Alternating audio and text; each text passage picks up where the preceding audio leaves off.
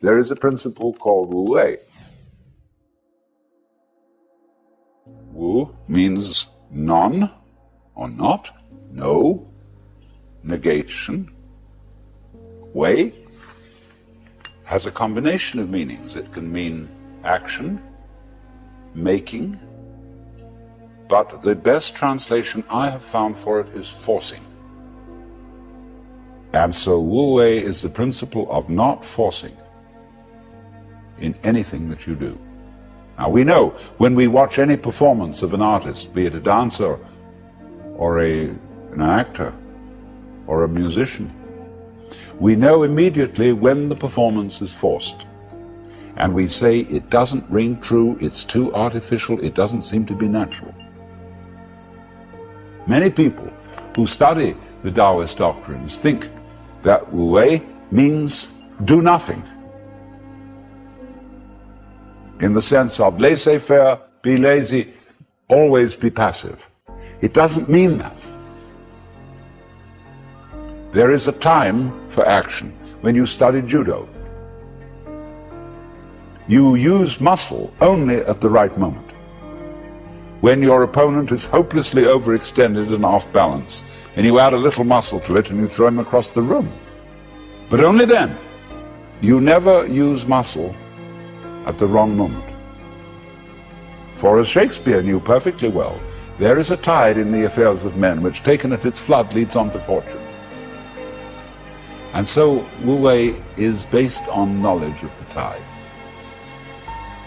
the drift of things. Get with it. Wu Wei is the art of sailing rather than the art of rowing. So, one of the most famous sayings in the Lao Tzu book is, superior virtue has no intention to be virtuous, and thus is virtue. Inferior virtue cannot let go of virtuosity, and thus is not virtue. So one could also say, the real Wu Wei is not intentionally Wu Wei, and so is Wu Wei. But inferior Wu Wei so tries to be Wu Wei that it isn't. In other words, this is saying Wu Wei is not a matter of cultivated passivity or even of cultivated spontaneity, because there are people who think that they are released, that they have realized that they are the Tao, as all of us in fact are, or that you are, to put it into Vedanta terms, every one of us is the Brahman, the eternal self of the universe, beyond all description or classification or thought. And you say, okay, baby, I'm that. Now I'm going to have a ball. Well, what kind of a ball do they have? Well, what they do is they look up the rules on which society runs and do the opposite. Well, that's still running by the rules of society. And it's the mirror image in reverse. That's not spontaneity. You have to be able to realize that you don't know what you really want to do until you are very quiet and it tells you.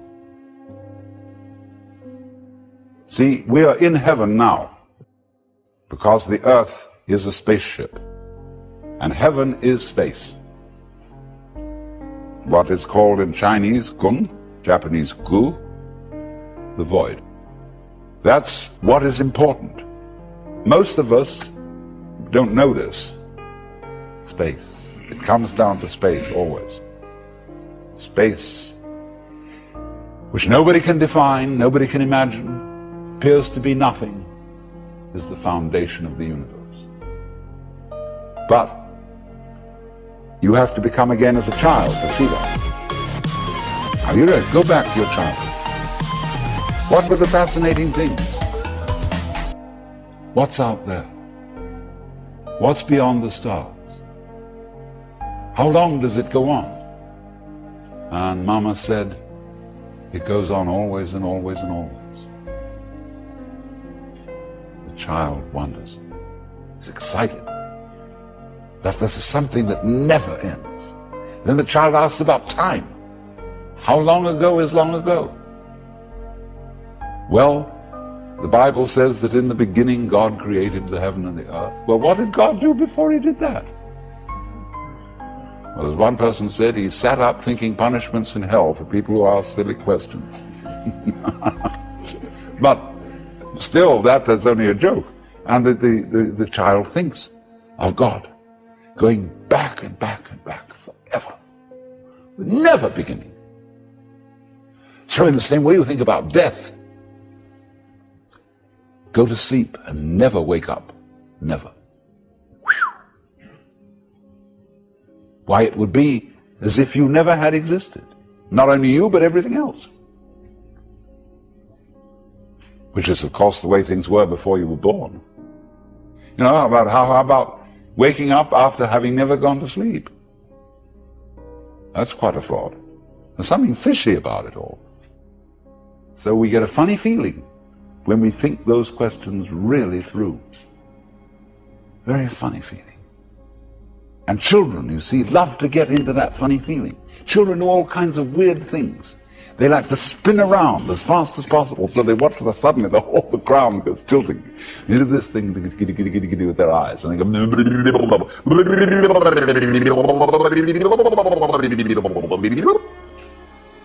and they make faces and test out their bodies in all sorts of funny ways.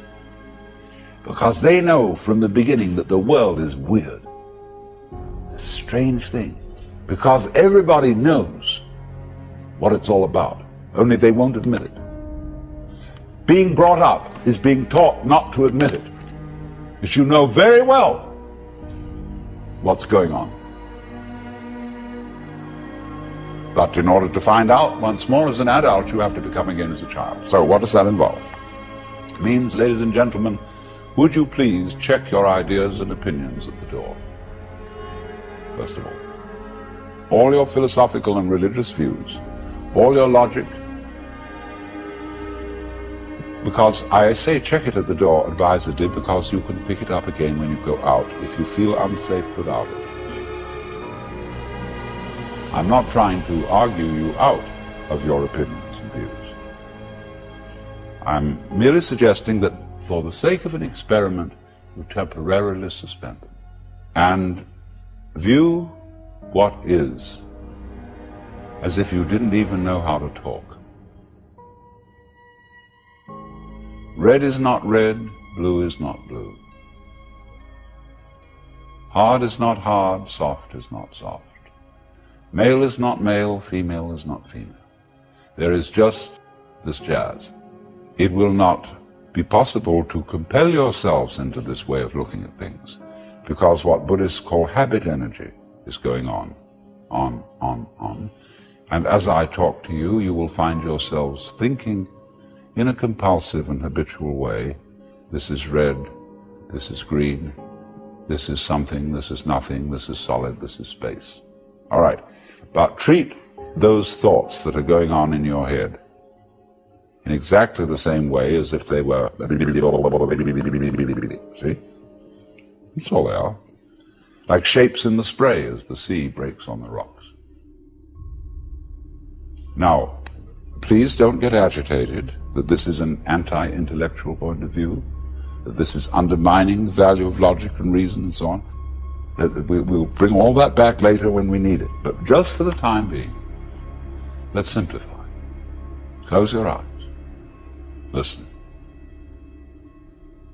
What do you really and truly, honestly hear?